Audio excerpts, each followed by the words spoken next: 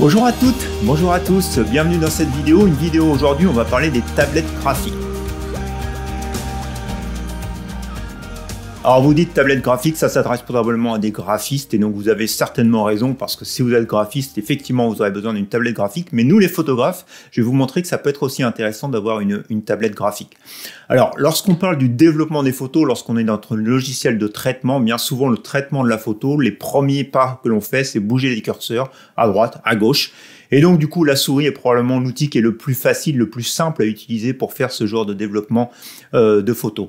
Néanmoins, lorsque vous commencez à aller un petit peu plus loin dans le développement de vos photos, donc quand vous commencez à faire de la correction d'image parce qu'il y a des détails qui vous gênent sur l'image, ou quand vous commencez à utiliser des masques pour utiliser en fait la luminosité, faire des variations de luminosité à certains endroits de votre image pour rééquilibrer finalement toute votre image, et ben là vous avez besoin d'être beaucoup plus précis dans les zones que vous allez affecter. Et parfois avec la souris en fait on se retrouve dans une situation qui est relativement difficile à gérer. Ça fait quelques années moi que j'ai une tablette graphique donc j'ai utilisé pour le traitement des photos et je trouve que ça simplifie énormément le traitement déjà, même si vous êtes dans Lightroom. La tablette graphique, ce qu'elle va vous permettre de faire, c'est qu'avec un petit stylet, vous avez ici, donc en fait avec ce petit stylet, je vais pouvoir faire des sélections de zones sur mon écran d'ordinateur au travers de cette tablette. C'est-à-dire que je vais dessiner sur la tablette et les endroits que je vais sélectionner sur la tablette se reflètent sur l'écran de l'ordinateur.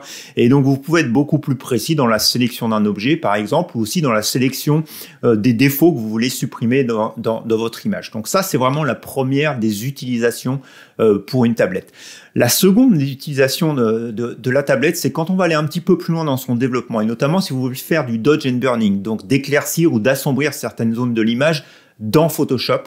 Donc vous allez utiliser cette fois-ci le stylet. Vous allez utiliser une particularité du stylet qui est que plus vous allez appuyer sur ce stylet et plus finalement vous allez pouvoir augmenter à la fois la taille de votre pinceau mais aussi l'opacité et la dureté en fait de votre pinceau. Donc en fait vous avez tout dans la main comme si vous dessiniez et en fonction de la pression, en fonction de l'orientation de vos stylets, vous allez avoir plus ou moins des corrections qui vont s'affecter sur votre masque. Et donc ça va vous permettre sans avoir à toucher votre touche du clavier ou aller toucher les curseurs de Photoshop de pouvoir vraiment ajuster les zones que vous voulez traiter de manière beaucoup plus fine. Quand je veux corriger des zones, quand je veux faire du dodge et du burning, parce qu'on a beaucoup plus de précision qu'avec une souris, et je trouve ça relativement intéressant, sans parler que sur la tablette, vous allez aussi avoir quelques raccourcis suivant le modèle que vous avez sélectionné, et donc vous parcourez finalement plus rapidement tous les menus qui sont à la fois dans Lightroom et dans Photoshop, ou du moins ceux que vous utilisez le plus souvent. Et sur votre productivité, vous allez gagner du temps par rapport à la souris. Et puis vous allez aussi gagner au niveau de la précision de votre traitement. Donc voilà, les raisons pour lesquelles moi, en photo, j'utilise une tablette graphique. Maintenant, si vous êtes intéressé pour acheter une tablette graphique, je vais vous donner quelques conseils. Alors les tablettes graphiques, il en existe de toutes les tailles, des très petites jusqu'à des un petit peu plus grandes. Donc celle que j'ai ici, vous voyez, globalement, c'est celle que j'utilise. Donc, elle est dans un format, on va dire, à peu près A4. Et c'est vraiment le format que je vous recommande si vous voulez utiliser une tablette graphique. Ne commencez pas avec trop petit, parce que si vous commencez avec trop petit, en fait, vous allez voir que très rapidement, vous allez être gêné parce qu'il faut avoir la position de la main sur la feuille. Et de la même manière que quand vous dessinez sur une feuille, c'est beaucoup plus facile d'avoir toute votre main sur la feuille que pour dessiner, que d'avoir une toute petite feuille de dessin et puis la main à côté avec votre feuille qui potentiellement veut bouger. Et c'est la même chose avec la tablette. Le fait de pouvoir positionner sa main sur la tablette et d'être assez à l'aise pour son crayon et d'être assez stable, ça a vraiment un intérêt particulier sur la tablette. Donc du coup, je vous recommande, alors peut-être pas A4, mais vraiment n'essayez pas du 10 par 15, des tout petits formats. Un format moyen ou un format beaucoup plus large comme j'ai est vraiment plus intéressant pour avoir une bonne position de la main sur la tablette. Une fois que vous avez sélectionné votre taille de tablette, il va falloir regarder comment votre tablette va communiquer avec votre ordinateur. Je vous recommanderais plutôt de sélectionner les modèles Bluetooth parce qu'avec les modèles Bluetooth, vous allez pouvoir positionner votre tablette sur le bureau comme vous le voulez par rapport au clavier, parce que certains raccourcis du clavier vont pouvoir être aussi intéressants à utiliser, et donc vous avez un positionnement qui est beaucoup plus libre de tous vos accessoires sur le bureau que si vous étiez avec un modèle avec fil. Une fois que vous avez donc sélectionner le mode de connexion, il y a d'autres facteurs qu'il faut prendre en compte. C'est au niveau du stylet, justement, je vous parlais, donc plus vous allez appuyer sur le stylet, plus vous allez avoir des traits qui vont être larges ou des traits qui vont être épais et forts en intensité. Et en fait, ça s'appelle la pression sur le stylet. Et ce qu'il faut regarder, c'est finalement le nombre de pressions que votre stylet va être capable d'enregistrer. Forcément, plus il a des niveaux de pression, et ben plus en fait vous allez être précis dans la manière de dessiner. Alors nous les photographes, je dirais qu'on n'est pas comme quelqu'un qui va dessiner sur une tablette où on a besoin vraiment de niveaux de pression qui sont relativement importants. Donc si vous êtes à quelque chose avec 2000 points de pression sur votre stylet, ben c'est déjà quelque chose qui est suffisamment intéressant pour notre utilisation en tant que photographe. Alors les stylets, il faut savoir qu'au bout c'est une petite mine. Cette petite mine, elle peut être changeable. Elle est relativement souple. Ça fait des années que j'utilise ma tablette. Je dois être à peu près à mon troisième stylet. J'ai jamais abîmé la tablette. Donc la pression sur la tablette, c'est vraiment un effet neutre sur la tablette et ça endommage pas la tablette. Donc n'ayez pas peur du tout à ça. Le revêtement de la tablette est fait justement pour accepter les pressions du stylet.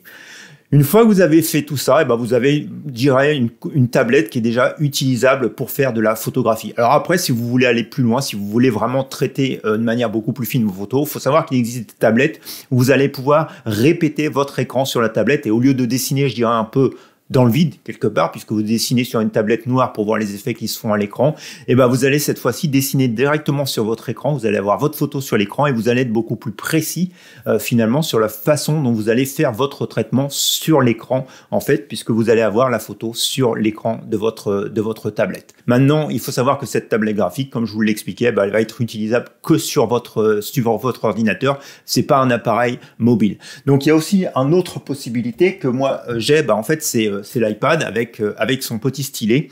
Et je trouve vraiment cette utilisation très intéressante parce que finalement, vous allez avoir ajouté la mobilité à votre palette graphique. En fait, donc j'ai les applications d'Adobe, donc Lightroom et Photoshop sur mon iPad et donc je peux utiliser le stylet de l'iPad pour faire exactement les mêmes choses que je faisais sur l'ordinateur, à l'exception justement de la pression sur l'iPad, parce que ça c'est pas répétable avec le stylet de l'iPad. Mais par contre, vous avez cette option supplémentaire, c'est que si vous êtes en voyage, si vous êtes en déplacement, comme moi ça m'arrive assez souvent, et ben je peux déjà traiter mes photos en déplacement et quand je reviens, tout est sur l'ordinateur. Et franchement, la précision du stylet sur un iPad est relativement intéressante pour pouvoir traiter correctement vos photos. Il faut aussi avoir un écran d'iPad qui est relativement grand. Donc là, je crois que je suis sur un 11 pouces et ça me suffit largement finalement pour mes besoins, mais ça me permet de traiter mes photos aussi bien dans Lightroom et Photoshop en déplacement.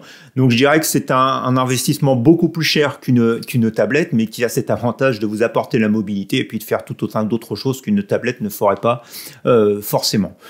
Puisqu'on en est amené à parler des prix, il faut savoir que la plus petite des tablettes, donc va être aux alentours d'une centaine d'euros, voire moins de 100 euros, mais c'est vraiment sur les toutes petites tailles. Et comme je vous le disais, je vous conseille vraiment pas ces petites tailles. Dès que vous commencez à passer sur du moyenne taille ou large taille, et ben en fait il faut déjà compter à peu près entre 100 et 300 euros suivant les tablettes sans l'écran, parce que dès que vous commencez à mettre un écran, alors là on monte tout de suite au-dessus de 600 euros. Mais vraiment pour débuter, si vous avez vraiment beaucoup de photos où vous faites du traitement, du dose and burning, des corrections d'image ou tout un tas de choses comme ça, ou si vous êtes beaucoup plus graphique avec vos photos, je vous recommande vraiment une tablette large, Bluetooth, aux alentours des 200-300 euros. Et là, vous avez déjà un super outil pour commencer, qui va vous apporter aussi, comme je vous le disais, donc tout un tas de raccourcis pour être beaucoup plus productif dans la façon dont vous allez traiter vos images. Allez, je crois qu'on a fait le tour du sujet des tablettes. J'espère que cette vidéo vous aura été utile. Si vous avez besoin d'autres renseignements, n'hésitez pas à me poser vos questions dans les commentaires. J'espère qu'en tout cas, cette vidéo vous aura été utile. Si c'est le cas, un petit pouce en l'air comme d'habitude. Je vous souhaite une bonne fin de semaine et puis on se retrouve dimanche en extérieur pour de nouvelles expériences photographiques. Allez, bonne fin de semaine à vous. Au revoir.